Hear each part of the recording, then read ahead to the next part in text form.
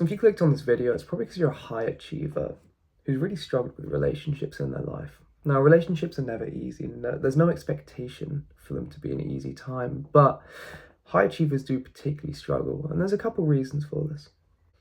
See, on paper, you believe you're the perfect guy or the perfect girl. You believe that you train hard at the gym, you study hard at school, or you work hard at work, you earn good money.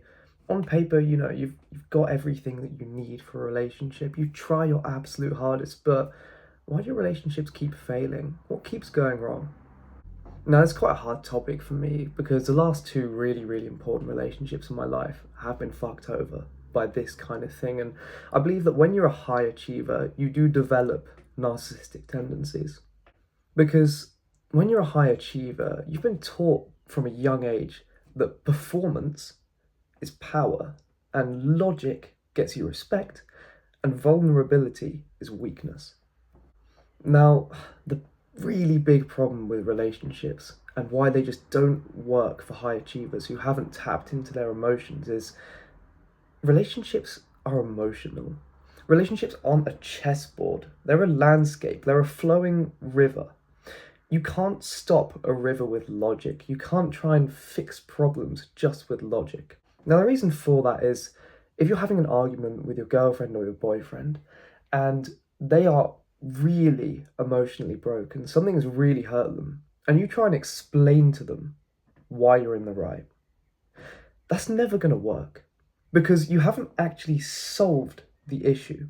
They're upset with you for some reason, and if you try and explain why you're right over and over and over, you're completely neglecting their emotions. Now, even if you are in the right, even if there's a million reasons for you to be correct, you can list them off forever, but you haven't fixed the problem. The problem is your partner's upset.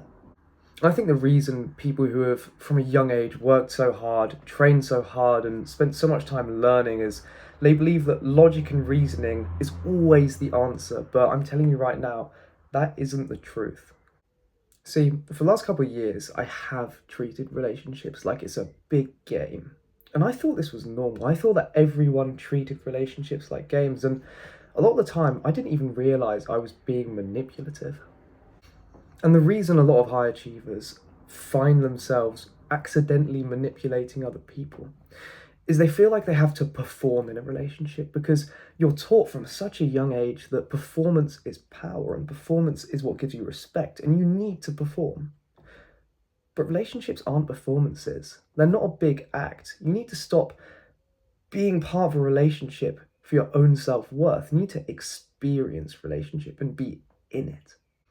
So, how can you fix this? How can you move away from just being logical and move into a more emotional landscape that really helps you connect to those around you? Well, you need to remember whenever you're having an argument, you're not there to win.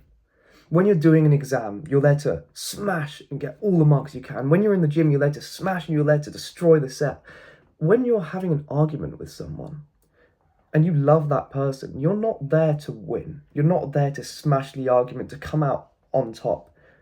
You're there to prove that you care and that you're worth staying around with. Because if you win every argument, you've lost that person. If every single time you neglect someone's emotions in an argument, you're not there for them. You're not the dream person because you're correct.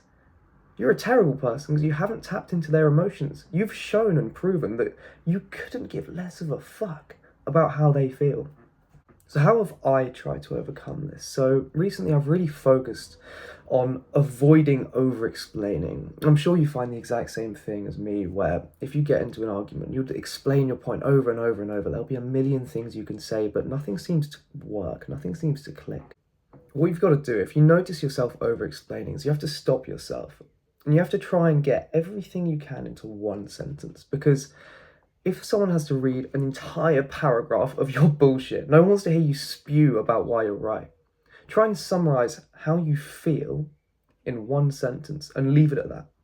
Because small moments like that and moments of silence after small sentences, they leave impact, they leave space for emotion. Because if all you do is speak in logic, you leave no space for emotion. And that's exactly what relationships need.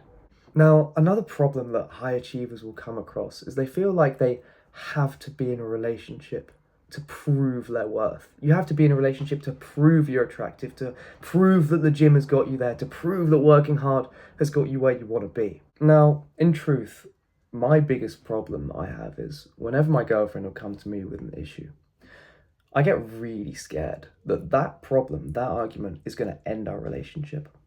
Now, you have to remember, whenever that happens, whenever you get that horrible feeling that this will be the end, your connection is stronger than a small argument.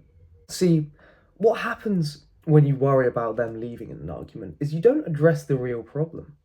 My girlfriend will come to me with this problem, and I get so scared that they're going to leave that I don't even consider their feelings or why this problem's happened in the first place. I defend myself, I reason, I explain, and I try and fix the relationship. But the relationship doesn't need fixing. The relationship was never the problem in the first place. The argument we're arguing over was the problem. That's what we're trying to resolve. So when someone comes to you with a problem, and you over explain, all you're doing is pushing away how they actually feel. You're pushing their emotions away to try and fix that short term problem and patch your relationship. If you want someone to feel emotionally whole, you want to make someone feel like you actually care, because you do care about them. You need to fix the problem you're arguing over, not the fact you're scared of them leaving you. Because if you're only arguing to stay with someone, that's a really, really bad show of face. Because you need to prove to them that you're not just trying to fix the problem because you can't be alone. You need to show them you're fixing the problem because you care about the problem.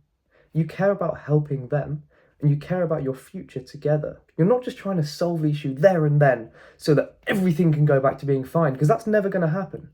You need to address the problem, ignore logic for a little bit, ignore logic, focus on their emotions and how you can help them and how they can help you, so you can both have a better relationship into the future.